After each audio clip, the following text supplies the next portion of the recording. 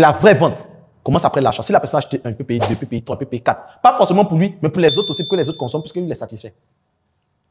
Qui s'y prépare avec le cube magique? Le cube magique, qui met dans la sauce quand il prépare. Mais avant vous utilisez, mais maintenant vous avez arrêté. OK. Qui vous a appris à utiliser? L'autre. Lui, tout ça connaît. OK. Maintenant, qui vous avez appris à préparer avec le cube magique? Elle a arrêté. Mais avant, qui est-ce qui a appris à maman à préparer avec le cube? Donc, OK. Au fait, vous allez voir qu'il y a des produits qu'on utilise aujourd'hui, mais qui sont utilisés de génération en génération. C'est-à-dire qu'on utilise parce que maman nous a appris à utiliser, parce que maman aussi, mémé avait appris à maman à préparer, que l'arrière-mémé avait appris à maman. Et au fur et à mesure, on avance avec l'utilisation de ce produit.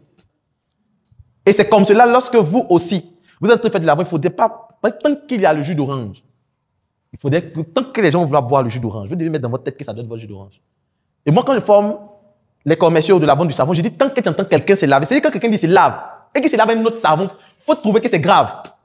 Si tu ne peux pas vendre le savon et ton voisin se lave avec un autre savon, quand tu appelles quelqu'un et dit, c'est en train de me laver, quand tu demandes c'est quel savon, ce n'est pas ton savon, c'est un problème. Il faudrait qu'à chaque fois qu'on dit, c'est en train de boire jus d'orange, on ne demande pas c'est qui, que ça soit ton jus d'orange. C'est à ce niveau-là que vous devez être. C'est dans cette dimension. Ça ne veut pas dire que je bois jus d'orange. Attends, tu bois quel jus d'orange? Tu as acheté ça où? Tu sais dans quelles conditions d'entretien les jus? Souvent, c'est des jus gâtés, dilués avec de l'eau et puis mettre du sucre. Est-ce que tu savais? Avec des produits chimiques.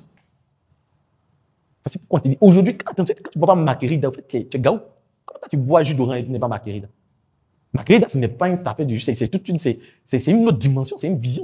Aujourd'hui, c'est une religion. Parce que le plus haut niveau du marketing, c'est d'en faire une religion. Attends, toi, tu bois quel jus? Toi, tu es gaou. On te dit Margarida, tu ne connais pas Margarida. Toi, tu es né où? Tu vis sur quelle planète? C'est jusqu'à ce niveau-là que vous devez arriver. Dans la vente. Et pour ça, ce n'est pas de penser que non, mais juste j'ai pressé 10 bidons, j'ai coulé mes 10 bidons, en tout cas, ça marche. 2 jours là, le truc, ça marche. Non, c'est médiocre. C'est médiocre.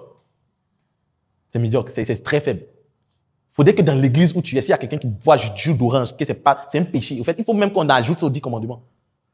Boire le jus d'orange en dehors du jus d'orange de la sœur telle, c'est un péché. On ajoute. Puis si la sœur ne paye pas, c'est juste comment elle paye la dîme. Si elle ne paye pas la dîme, comment on fait construire l'église? Si elle ne fait pas ses offrandes, comment on construit l'église? C'est dit l'œuvre du Seigneur paralysée. Quand on ne boit pas tes jus. C'est pas arriver à ce niveau-là. Parce qu'on ne boit pas tes jus, il y a des répercussions même sur l'avancée de l'évangile. On ne paye pas tes jus, tu n'as pas l'argent pour pouvoir peut-être financer une campagne d'évangélisation. Mais c'est le Seigneur qui paie des fidèles.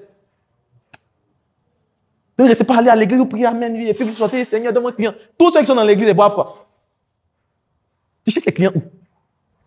Toute l'église qui est là, près de 200 fidèles, c'est 200 prospects.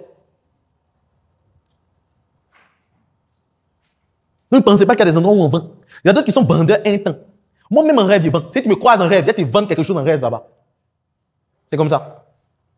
Donc, il n'y a pas une période où on est vendeur et une période où on n'est pas vendeur. Oui.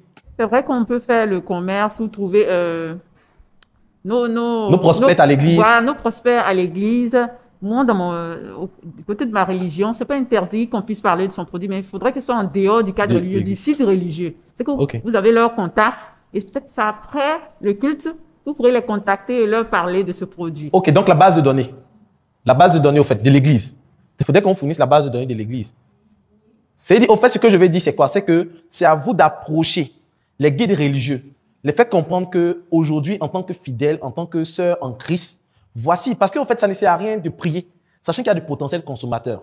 Donc, il faudrait que derrière, même si de façon, je vais dire, ecclésiastique, on ne fait pas de l'église un marché, il faudrait que vous puissiez comprendre que ceux aussi qui sont à l'église, au fait, sont des potentiels clients, en fait. C'est ce switch que je veux que vous puissiez faire. Ne pas voir les sœurs en Christ comme des personnes qui sont là juste pour qu'on communie dans la prière, mais que ce sont de potentielles personnes et qu'il faut trouver les stratégies, les voies et moyens pour que ces personnes achètent, quitte à pouvoir faire en sorte que le guide religieux puisse nous aider dans ce sens.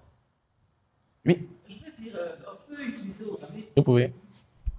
Dans le même sens, on peut utiliser d'autres stratégies. Je m'explique. Par exemple, chaque dimanche, offrir un certain nombre de jus aux fidèles, ou alors aux dirigeants de l'église et tout, ou alors faire des dons avec la marque fait des dons à l'église régulièrement pour marquer l'esprit des fidèles, du staff religieux, oui, du staff religieux, de sorte à ce que chacun fasse un rapprochement entre le don et la marque Marquerida, par exemple. Exactement. Et puis, éventuellement, quand je vais dans un supermarché, je suis de cette église-là.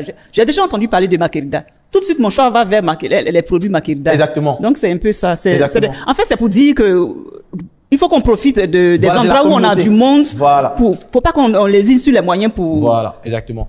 Peut-être qu'elle a dit, justement, puisqu'on organise des mariages, il y a des cérémonies durant des formations où on peut être au niveau de notre centre religieux jusqu'à midi. Et il y a des collations, on mange. Voilà. Donc, ce sera une occasion, si je confectionnais de faire des dons durant ces formations-là. Je fais des dons de mes